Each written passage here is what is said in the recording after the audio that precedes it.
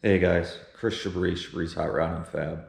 You might be wondering why I'm standing in an empty garage. Well, after nearly 40 years, my parents decided to retire and move to northern Maine, and since the closing's coming up, I decided to come back to the home of Chabre's Hot Rod and Fab. It's in this garage that it kind of all started for me.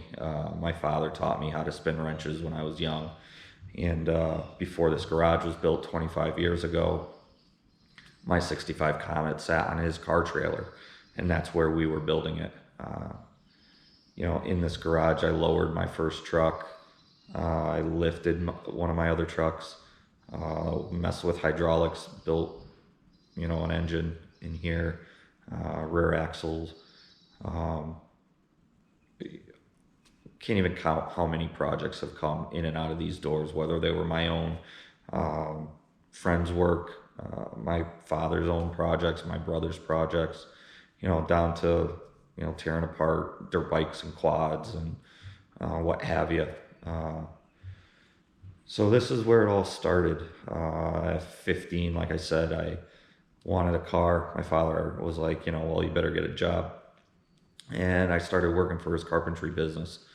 And while I'm a horrible carpenter, uh, I took to metalworking pretty quickly and didn't know what I wanted to do out of high school. So I went to school for Ford through their Ford Asset program and started doing flat rate work and basically hated it.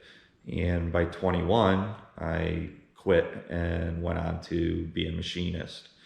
And a couple of years later, even though I didn't hate being a machinist, it wasn't what I wanted to do with my life. So at 24, I went back to school, went to Wyotech, did auto body and refinishing, trim and upholstery, chassis fab, high performance engine, and street rod. I decided, if I put life on hold, I'm going to do it all, just get it done and over with. Walked out of there and walked into a hot rod shop as a freelance fabricator. Loved it. Spent a couple of years there. Traveled the country. Got to race on the Bonneville Salt Flats with two different teams. Met just about anybody and everybody that I've ever wanted to meet in the hot rod industry. 15 years later or so, I still call a bunch of those people my close friends.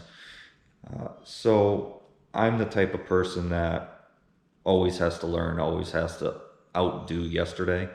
And for the last 12 years, I had taken on a quote unquote 9 to 5 to pay the bills. I bought a house, I started a family, and I'm getting that bug again. I wanted to start something, I wanted to learn something new. So here we are with this YouTube project. Where it's going to go, I'm hoping it goes well first, and I hope that I can convey what plays around in my head nonstop because my brain never shuts off. But I hope to bring you not so much how-to stuff, but I got an off-road truck or off-road project that I want to build for under $5,000, not including tires, because that's kind of a deal breaker if you want a good tire. So you're going to see, that kind of stuff, from solid axle swapping it, which will be easy because it's already a 1 ton or a 3/4 ton truck. But, I'm going to be widening a set of beadlock wheels for it and, recentering them and stuff like that. I have two-wheel drive trucks, actually three, that I'm hoping to do some work and show you guys on. One being a 93 Mazda B2600. That's going to be kind of a late 90s, early 2000s period kind of build. Hydraulics, phantom grill shell, walk through with a solid topper on it. A 94 F350 crew cab long bed single wheel that I hope to get crazy on the chassis with. Already in the process of collecting parts on that. That should be a pretty killer truck if I can put it to metal the way I see it in my head. I still have my 65 Comet, and that I hope to bring that back. Give it kind of a late 60s, early 70s drag car feeling.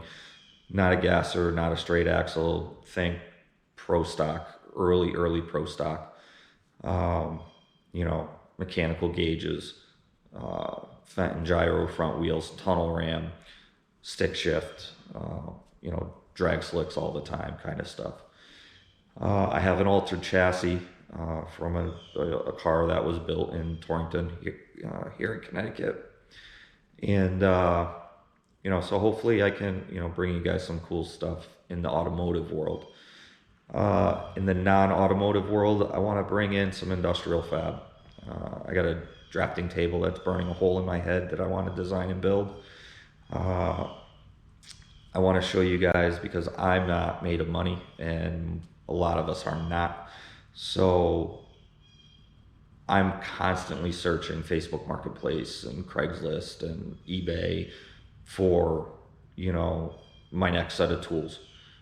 Stuff that I can restore. Maybe, you know, recently I bought a pallet full of machinist vices. Well, I kept what I wanted, sold off what I didn't, and now I have the machinist vices that I want for a little money. Got to restore them, but I'm into all my vices for less than what one brand new Kurt vice goes for. So I'm hoping to bring you guys some of that kind of stuff. I did the same with my body hammers. I went picking, and a friend was, you know, selling off his grandfather's, basically his whole shop. And so I went in there and I grabbed every body hammer I could, you know, stuff like that. You know, at the end of every video, I'd like to give you guys a book recommendation. My father is a Ford and Mercury historian. Their drag racing program from 1960 to say 74, 75. And because of that, I grew up reading a lot of magazines from the 60s and early 70s, and then I progressed back to the 50s and the 40s and got it heavy in the hot rods. But because of my father's love of vintage print, I started buying anything and everything I could get my hands on. So I have a vast library of hot rod and drag racing print. My first book is going to be by Max Fish. He is a friend of mine. He's my go-to guy for any suspension question I have, whether it's lower trucks or off-road or whatever. His air ride rear suspension book that came out last year is phenomenal. And, you know, it basically, front to back, is nothing but useful information that will help you get the job done right. And I'm going to be actually using that book, and we'll be showing you guys more of it when we get into one of probably my Mazda project, to be quite honest with you. So yeah, you know, this video was just to kind of get my feet wet, break the ice with you guys, and you know, let's see where it goes, I guess. Like, comment, subscribe, and I'll see you on the next one. Thanks.